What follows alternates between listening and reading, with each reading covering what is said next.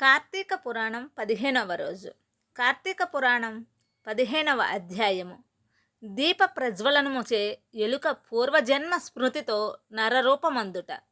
అంతటా జనక మహారాజుతో వశిష్ఠ మహాముని, జనక, కార్తీక మహత్యము గురించి ఎంత వివరించినను పూర్తి కానేరదు. కానీ మరి ఒక ఇతిహాసము తెలియచెప్పెదను, సావధానుడివై ఆలకింపుమని ఇట్లు చెప్పెను. ఈ మాసమున హరినామ సంకీర్తనలు వినుట, చేయుట, శివకేశవుల వద్ద దీపారాధనము చేయుట, పురాణమును చదువుట లేక వినుట, సాయంత్రము దేవతా దర్శనము చేయలేని వారు కాలసూత్రమనడి నరకమును బడి కొట్టుమిట్టాడుదురు.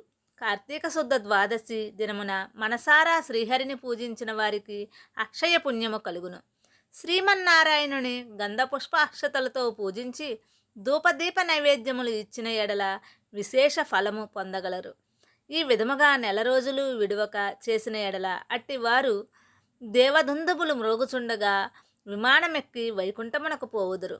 నెల రోజులు చేయలేని వారు కార్తీక శుద్ధ త్రయోదశి, చతుర్దశి, పౌర్ణమి రోజులందైనా నిష్ఠతో పూజలు చేసి ఆవునేతితో దీపమునుంచవలెను. ఈ మహాకార్తీకములలో ఆవు పాలు పితికినంతసేపు మాత్రము దీపం ఉంచిన ఎడల మరుజన్మలో బ్రాహ్మణుడుగా జన్మించును. ఇతరులు ఉంచిన దీపము యోగద్రోషి వృద్ధి చేసిన ఎడలను లేక ఆరిపోయిన దీపమును వెలిగించినను అట్టివారుల సమస్త పాపములు హరించును. అందులకు ఒక కథ కలదు, వినుమని వశిష్ఠుల వారు ఇట్లు చెప్పుచున్నారు. సరస్వతీ నదీ తీరమున శిథిలమైన దేవాలయం ఒకటి కలదు.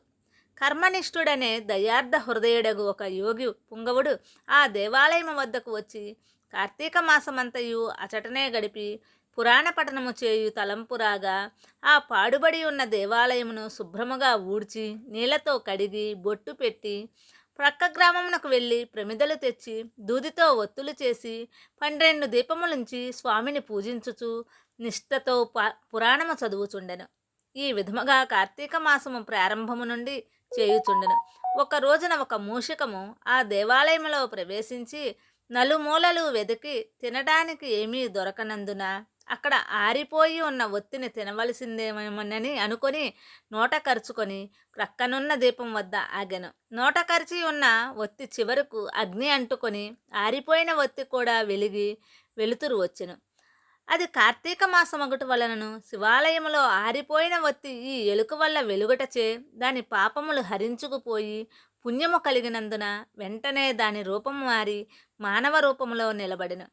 ధ్యాననిష్టలో ఉన్న యోగి పుంగవుడు తన కన్నులను తెరిచి చూడగా ప్రక్కనొక మానవుడు నిలబడి ఉండుటను గమనించి, ఓయి, నీవెవడవు, ఎందుకిట్లు నిలబడి ఉంటివి అని ప్రశ్నించెను.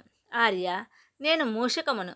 రాత్రి నేను ఆహారమును వెతుక్కుంటూ ఈ దేవాలయంలోనికి ప్రవేశించి ఇక్కడ కూడా ఏమీ దొరకనందున నెయ్యి వాసనలతో ఉండి ఆరిపోయిన ఒత్తిని తినవలెనని దాని నోట కరిచి ప్రక్కనున్న దీపం చెంత నిలబడి ఉండగా నా అదృష్టము కొలది ఆ ఒత్తి వెలుగుటచే నా పాపములు పోయినందున కాబోలు వెంటనే పూర్వజన్మమెత్తితిని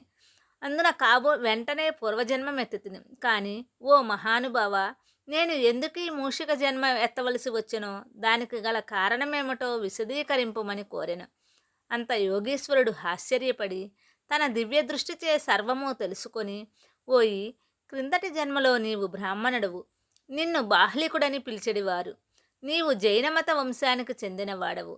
నీ కుటుంబాన్ని పోషించుటకు వ్యవసాయము చేస్తూ ధనాసపరుడై దేవపూజలు నిత్యకర్మలు మరచి నీచుల సహవాసము వలన నిషిద్ధాన్నము తినుచు మంచివారలను యోగ్యులను నిందించుచు పరులెంత స్వార్థచింత గలవాడై ఆడపిల్లలను అమ్ము వృత్తి చేస్తూ దానివల్ల సంపాదించిన ధనాన్ని కూడబెట్టుచు సమస్త తినుబండారములను కడు చౌకగా కొని తిరిగి వాటిని ఎక్కువ ధరకు అమ్మి అటుల సంపాదించిన ధనము నీవు అనుభవించక ఇతరులకు ఇవ్వక ఆ ధనము భూస్థాపితం చేసి పిసినారివై జీవించినావు. మరణించిన తరువాత ఎలుక జన్మమెత్తి వెనుకటి జన్మ పాపము అనుభవించుచుంటివి. నేడు భగవంతుని దగ్గర ఆరిపోయిన దీపాన్ని వెలిగించినందున పుణ్యాత్ముడవైతివి. దానివలననే నీకు తిరిగి పూర్వజన్మ ప్రాప్తించినది. కావున నీవు నీ గ్రామమునకు పోయి నీ పెరటియందు పాతిపెట్టిన ధనమును త్రవ్వి ఆ ధనముతో దానధర్మాలు చేసి భగవంతుని ప్రార్థించుకొని మోక్షము పొందమని అతనికి నీతులు చెప్పి పంపించెను. ఇట్లు స్కాంద పురాణాంతర్గత వశిష్ఠ ప్రోక్త కార్తీక మహత్యమందలి పంచదశారాధ్యము 15వ రోజు పారాయణము సమాప్తము. ఈ కార్తీక మాస కథలు నచ్చినట్లయితే మా ఛానల్ని సబ్స్క్రైబ్ చేసి లైక్ చేయండి. మీ అభిప్రాయాన్ని కామెంట్ రూపంలో తెలియచేయండి.